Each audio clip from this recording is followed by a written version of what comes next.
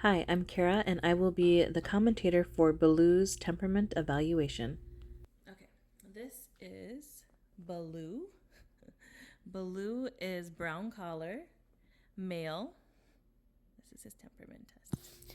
Okay, so right away we're going to jump into the first part of the test, and that is where we decide whether or not this dog is human focused or pack driven. There's not necessarily a right or a wrong answer. We just want to know, based on this pup's personality, what is best for him.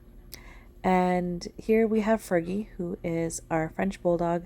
She's actually not a fan of puppies, but she will sit there long enough for us to see whether or not these puppies are drawn to her or to the human.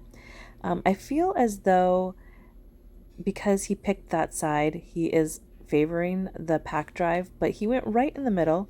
He smelt the human, and then he went towards the dog. And I'm going to lean more towards pack driven than human focused, but he does really, really well with humans. Sarah is a stranger to him. She does not play with him. She does not know him. He does not know her. But she has worked with us before, and she knows how to do temperament test for us. She is the tester for all of this litter. And in this test, you'll see he went to her. He was very much interested in her, but he wanted to also check things out. I think that that's another great example of him being pack driven as well. I think all signs are kind of pointing a little bit more towards that, but not necessarily heavy on that decision right there.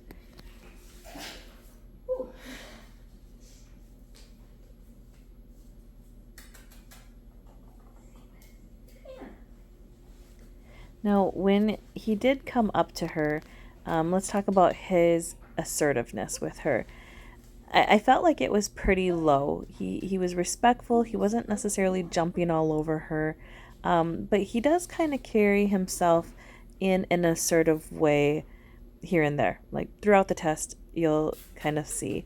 Right now, the tester's building rapport, so she's, again, a stranger. She's trying to show him that, she's friendly, she can be trusted, and so it might take a little bit of time with some dogs, but in the situation here, he is loving it. He's loving being petted, and he's totally for this. So I think that him and Sarah are going to get along just fine through this test. Does not seem super interested. Something that you'll see her do, and just kind of throughout the test, we're going to be testing his workability as well as his prey drive and his motivation level. So as she is dragging some of these toys across the ground, we want to see, is he chasing them? Does he have this high instinct to chase anything that moves? Also, this part, she rolls the toy and he's like, okay. That was so cute to me. He's clearly not toy driven per se, but that doesn't necessarily mean he doesn't like toys, but it was really cute how he handled that. So his prey drive, I did evaluate, and I do think that he has a medium low prey drive. It's not that it's not there. You can see in this little bit here just a little bit of chasing it. It's in there, but I don't think it's a high drive. I think he's kind of focused on other things. So I'm just gonna say for him it's a medium low as far as his prey drive is concerned.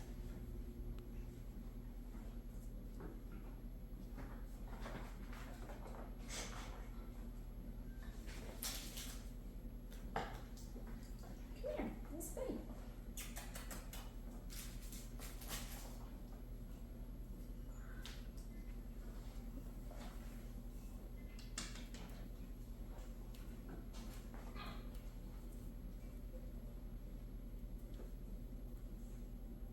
Next up is his touch tolerance here, and this is something that we started doing as soon as they were 3 days of age.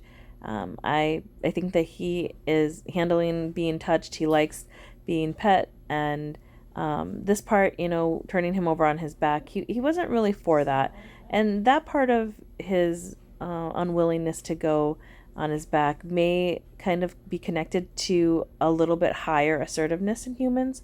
I'm not 100% sure, but I do say that this is a good thing to continue to work with them on. Continue to playfully put them on their back, not in an aggressive way, not in an intimidating way, but in a way that just creates more trust. And that could very well be something that he just didn't necessarily have with the tester, since again she is a stranger.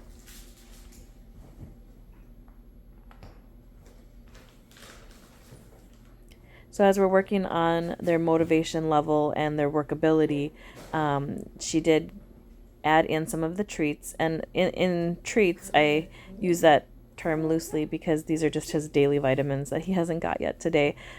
We don't actually do treats for the puppies except for their daily vitamins and food, the regular food that they have. I just think that it's best to not disrupt their system, their tummies too much. And I find that it also helps us work with them taking their food nicely from our hands and not being aggressive. So it's just a win-win for us.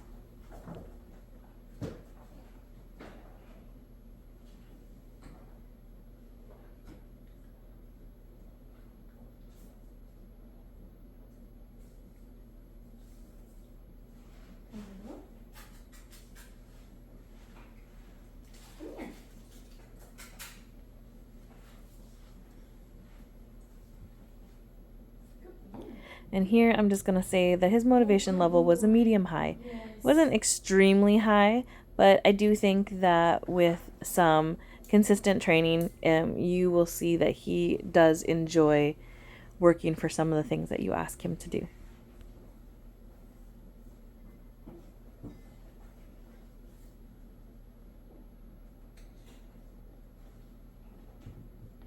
Good boy. I will say I love that he actually gets up on this bone thing here because there's air in it. It's not actually even. It's a little wobbly. And the top part has like a texture that's kind of pokey-ish for dogs, just to kind of get some grip on there. And so I love that he was getting up on there. She was able to get him to walk across these scarier textures, and he did it just fine. So again, just another added proof that he would do really well, especially with working him in a way that he is receptive to it.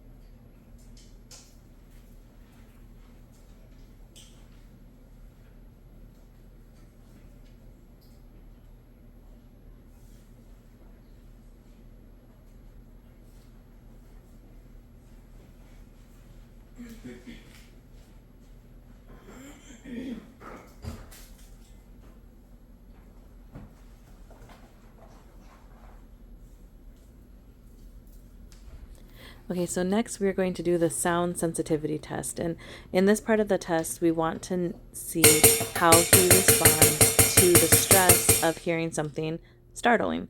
We aren't looking for whether or not he gets startled, because that's actually a safety mechanism that's inside of their thinking that helps them to stay safe and evaluate, scary, dangerous things. But how does he respond back from that? And something that I noticed with him is it did take him a second.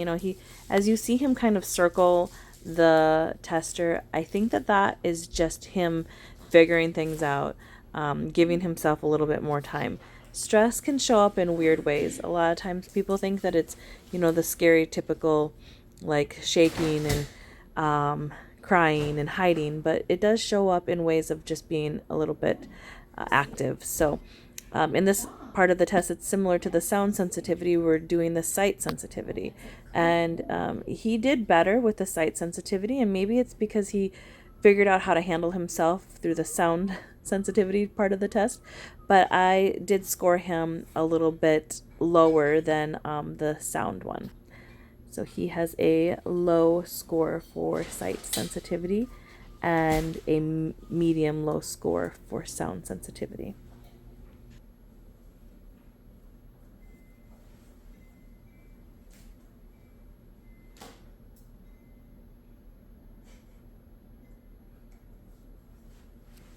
And here we get to do the tenderhearted test. This test is where we evaluate how he handles outbursts. It's good to know for different reasons. We also want to evaluate if this is going to be a stressful thing for him to go to a home where, somebody has regular outbursts, whether it's children or somebody who might be on the autism spectrum. We want our puppies to have a voice and how they're going to be able to handle things. And so this test here just kind of went to show that he was not tenderhearted. And that's fine. He doesn't need to be. But he would be best in a home that didn't give him those ups and downs, that didn't make him have to be the emotional, stable one. Okay, so let's go over Baloo's temperament test. Baloo is definitely one of my heart charmers. I really enjoy going in there and seeing his sweet face.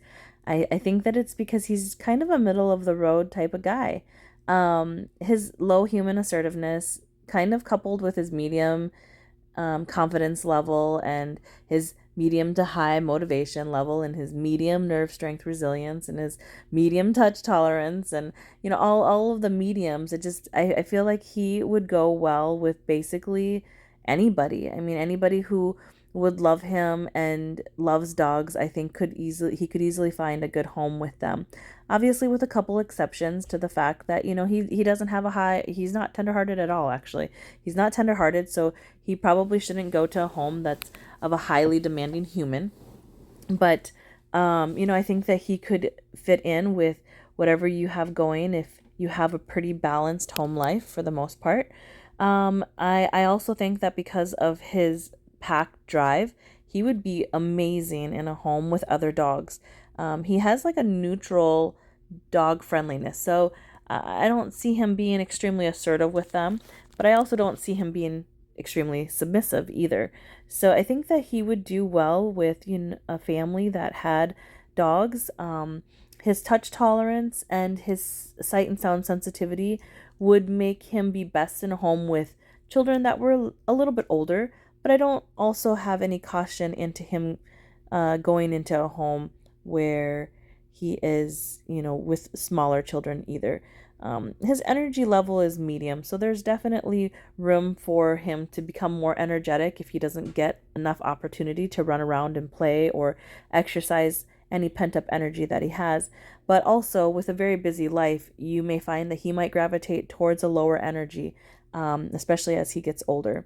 I think that Baloo will be a great pup for, again, basically anybody, but this middle of the road guy is worthy of being loved for sure.